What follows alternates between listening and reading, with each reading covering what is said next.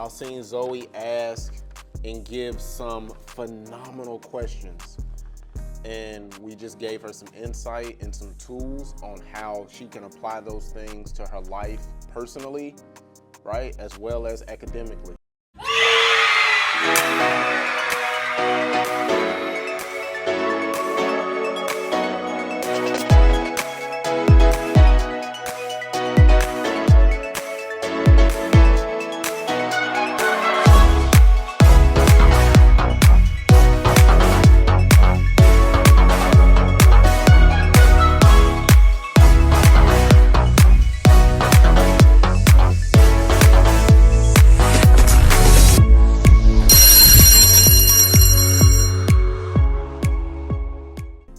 So now we got another special guest, and this person don't need no introduction, flat out. Like she a whole vibe. Did I say that right? Whole vibe? Yeah. Okay, cool. Yeah, she a whole vibe, right? So we got Emily here. Emily's in the 8th grade. Emily's in the 8th grade. She just kind of giving me some insight. Y'all see how she trying to act all nonchalant, like off camera, like she a whole vibe. She be laughing and giggling and everything. But don't worry about that. That's another story for another day. So this is question number 2. We got Emily here in the 8th grade. And again, y'all, this is sponsored by Fireball Middle School. We gotta say shout out to Mr. Suarez. He is the principal. He is the person that runs this show here at this campus, and they are doing a phenomenal job here on this campus. So make sure you all check them out, all right? But let's get right back into it. Question number 2. How can I inspire my friends to achieve great things? I was gonna ask you that. What?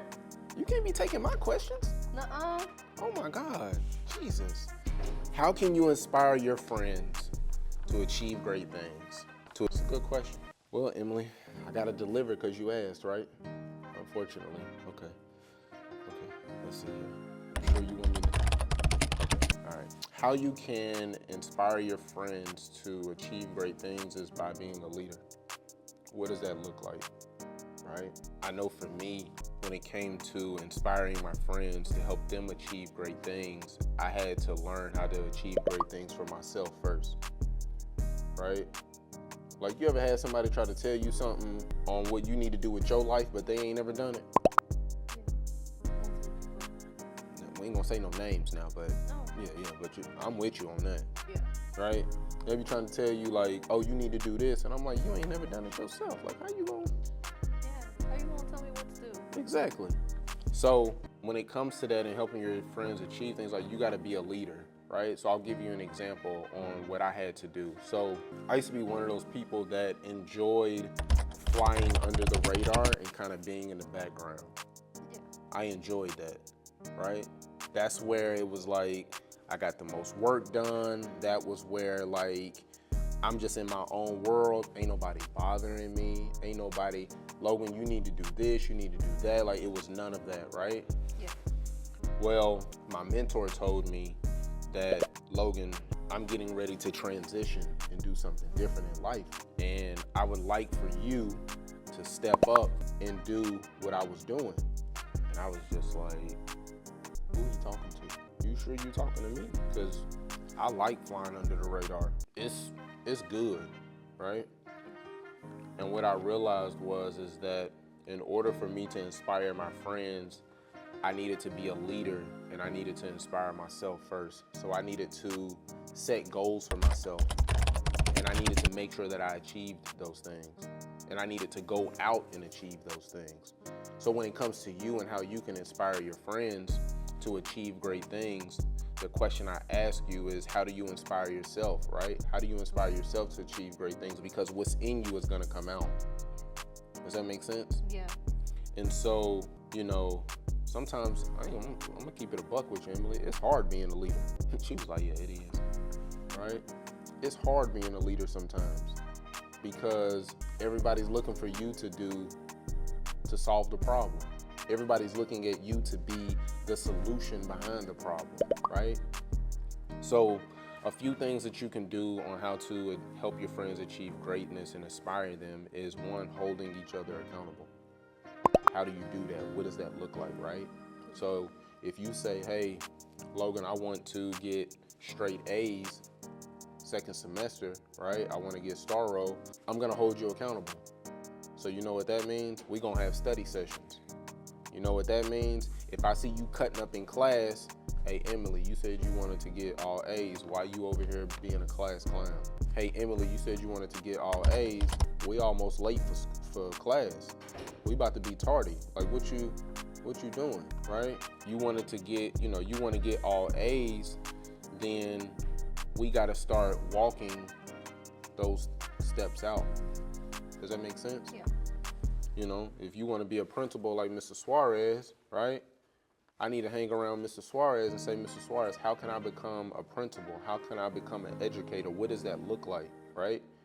And then once he gives me those steps, now I'm going to start walking those things out.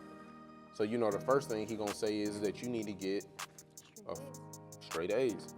How do you do that? What does that look like, right? Then once we achieve that, it's like, okay, now what is step 2? Step 2 is you need to go to high school and you need to do the same exact thing. So then we go to high school and we do the same exact thing. Then I'm calling up Mr. Suarez and I'm saying, okay, Mr. Suarez, I finished with step 2. What was step 3? Step 3 is that you need to go and get your bachelor's degree. And you need to get it in education, or you need to get it in leadership and curriculum and different things like that. And Ms. Suarez is gonna say, call me back once you get that, and then I'm gonna give you the next step, right? So then you do that, and then you call him and say, hey, Mr. Suarez, I got my bachelor's degree. Now, what is the next step for me to, okay, so now what needs to happen is that you need to come into the school and you need to do hours and get some training. And you need to shadow other teachers so that way you can become an educator. Then once we do that, he's like, okay, you do that, give me 120 hours, come back, step 5. All right, you know what? Because I love what I do so much, Mr. Suarez, I gave you 140 hours. So now what's step 5? Step 5 is that now you need to go be a teacher, and I need you to teach at the elementary level, the middle school level, or the high school level for X amount of years. Once you do that, let's circle back around for step 6. All right, Mr. Suarez, I finished step 5. Now what's step 6? I taught at the high school for 2 years, I taught at an elementary for 2 years, and I taught at a middle school for 3 years. Okay, now, Emily, what I need you to do is now you need to go get a certification. There's a program that you need to go into. There's a fellowship that you need to go into in order for you to be a principal. Then also let me give you the interview tools that you need so that way you can succeed, and now you can come and be a principal. And if he love you so much, right, he your mentor, he rocking with you, he might just say, listen, do this and I got a job for you when you come here. So now you really get insight, and he puts you up under his wing and he's like, hey, listen, this is what you need to do when it comes to the climate and culture of the school campus. This is what you need to do when it comes to classroom and instruction. Here's the master schedule. Here's how we need to have this. How can we drive down expulsions, and how can we drive down, behaviors and suspensions? How can we increase our students' lives academically? What does that look like? What tools, what community members do we need to use and bring in here? Does that make sense? So when it comes to how can I inspire my friends to achieve great things, you got to make sure that you're doing what you're supposed to first. So remember I said, you got to take accountability.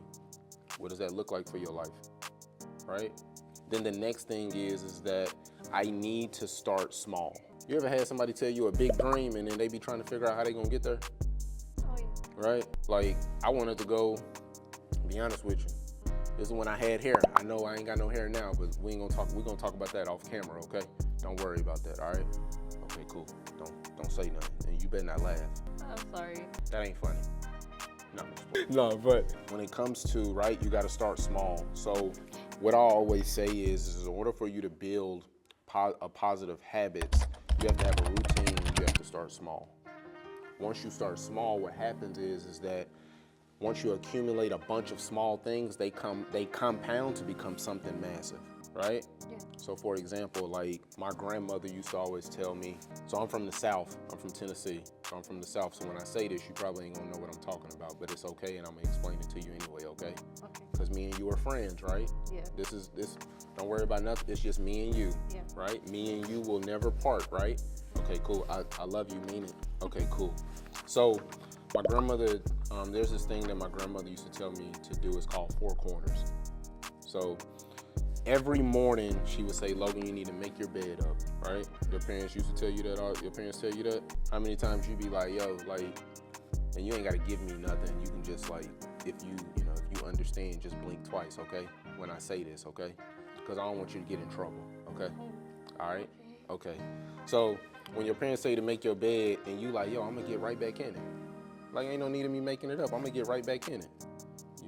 Okay, good. I seen you blink twice. All right, good. Don't worry about nothing else. I get it, right? And my grandmother used to always say, Logan, you need to make your bed. I used to get in trouble all the time because I ain't never make my bed.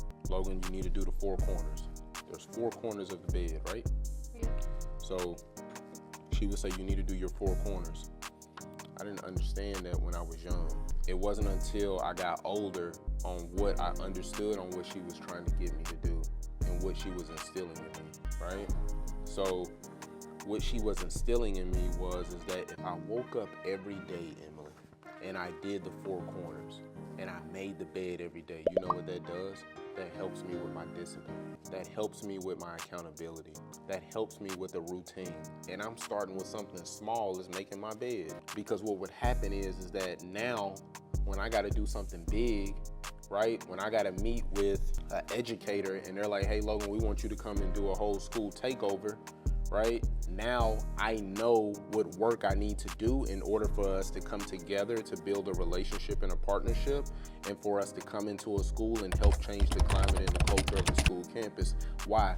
Because I did what my grandmother told me to do. So now I can do the work where I can sit at my computer for 4 or 5 hours with no TV, no background noise, no anything, and I can get the work done because now I'm disciplined, right?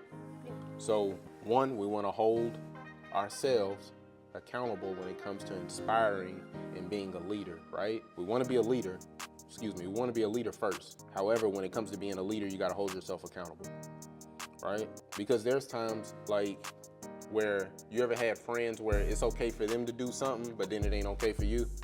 Oh yeah. Crazy, ain't it? Yeah. Tell me about it. Man, we'll talk about that another day. That's a whole nother conversation. I'll call you after this, okay? Okay. Okay, cool. So being a leader, holding accountability, right? Inspiring your friends, right? But discipline. So we gotta have those 3 things in order for us to inspire our friends to achieve great things.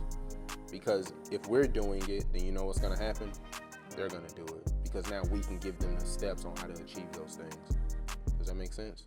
Okay, cool. You got another question for me? What's more important, passion or money? Ooh, I'm gonna tell them to cut the cameras off for this answer. Ooh. Honestly, for me, it's easy. It's passion. When I got into this, I didn't do it because of the money. I didn't start Y.B.Normal because of the money. I started Y.B.Normal because I was passionate about wanting to help scholars like yourself, wanting to help educators, wanting to help parents with our family engagement programs and professional development with teachers and different things like that, and having books and leadership academies and curriculums and podcasts like these, right? I wanted to add value because there was something that my grandmother always told me.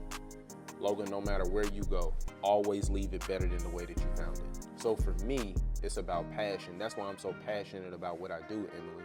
I'm so passionate about what I do because I remember being in Plattsburgh, New York, and this little girl giving me her suicide letter. And she telling me, Logan, listen, Mr. Logan, she telling me, Mr. Logan, the words that you poured into me and the words that you said, that changed my life, and I know that I'm worthy. Matter of fact, just did it with a 6th grader. She took, I don't know, here it is, praise God.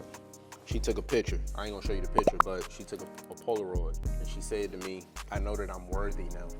I have something to remind me of my worth. It's in moments like that where I'm like, this is what I'm called to do. It's in moments like that where I'm saying, okay, Logan, this is worth it. It's in moments like that where I'm saying, this is worth more than any amount of money I'll ever make. Because what I realize is that I'm sowing a seed. And then what I also realize is that, you know, we talk about this in our professional development programs with educators is I tell them the same day that you sow the seed is not the same day that you reap the harvest. That's a bar. Emily, that was a bar. Do you hear me? I'm gonna let you take that, okay? But you gotta give me credit for the first one, okay? So the first time you use it, you gotta give me credit, okay? After that, you can use it anytime you want, okay? Cool? Okay, give me some. Okay, cool. So when it comes to things like that, I realize that, okay, I'm sowing a seed. And the seed that I'm sowing is gonna grow into something amazing, something beautiful one day. And I'm honored to be one of those people that poured into somebody and left this earth and left this world better than the way that I found it. So for me, you say, what's more important, passion or money? It's the passion. I'm gonna pick passion 10 times out of 10 because I realize it's bigger than me and it was never about me because it was a calling. Right? I was telling, I tell people, they say, Logan, like, how did you get started? Why do you do this? Like, what is it? I tell them every time, this ain't what I wanted to do. I was called to this. You know what I wanted to do, Emily? I wanted to own a shoe store. That's what I wanted to own. I created a business plan for it and everything. I wanted to live in Charlotte, North Carolina, and I wanted to own a shoe store called Taylor Boutique. Ooh, right? And that's what I wanted to do. And I realized that's not what I was called to do. There's a difference, right? There's a difference between being called to something and then what is it that you want to do, right? So, to answer your question, I pick passion 10 times out of 10. What about you? What you pick? Passion. Why you pick passion? I feel like, cause you know that saying, money can buy you happiness? Mm-hmm. I don't believe in that. Ooh, let's talk about it. Talk, listen, this your show. I'm just here. Go ahead, talk about it. I don't know, cause if you feel passionate with others, then that could bring you happiness as well, other than buying yourself stuff that will just probably go to waste after a few uses. It don't have no real value? No. Okay. All right, I like that. That's good. So we both in the same boat. You see why we friends? Yeah. You see that? Yes. They talking about money over passion. How could they? Exactly. How could they? Who they fooling? That's what I'm saying. Passion over money. Give me some. That's what I'm talking about. Two times. That's what I'm talking about. I love it. All right, y'all. So listen, this is the Class in Session Student Success Series. We had two multiple amazing scholars that gave us insight, and they were brave enough to ask questions. So listen, we gotta give it up for them. We gotta show them love, and we gotta give them support, because at the end of the day, it's not about the money, it's about the calling. And we pick passion over here at Y.B.Normal over money 10 times out of 10. So again, as always, in closing, like I always say, first let me say thank you to Emily in the 8th grade. Thank you to Zoe in the 7th grade at Firebar Middle School. Thank you to Mr. Suarez and his amazing team and administration for this opportunity. And as always, in closing, Y.B.Normal, when you can be extraordinary. I'll see y'all on the next episode. Love y'all. Peace. You gonna tell them bye? Oh, bye guys. Don't be rude now. I'm sorry. Oh my God. I know you got some home training. You better say bye to these people. They over here looking at us. You still ain't gonna tell them bye? I literally told them bye a few seconds ago. I ain't see it. Oh my God. Bye, you too. Oh, okay. I'm just making sure. All right. We'll see y'all next time. Peace.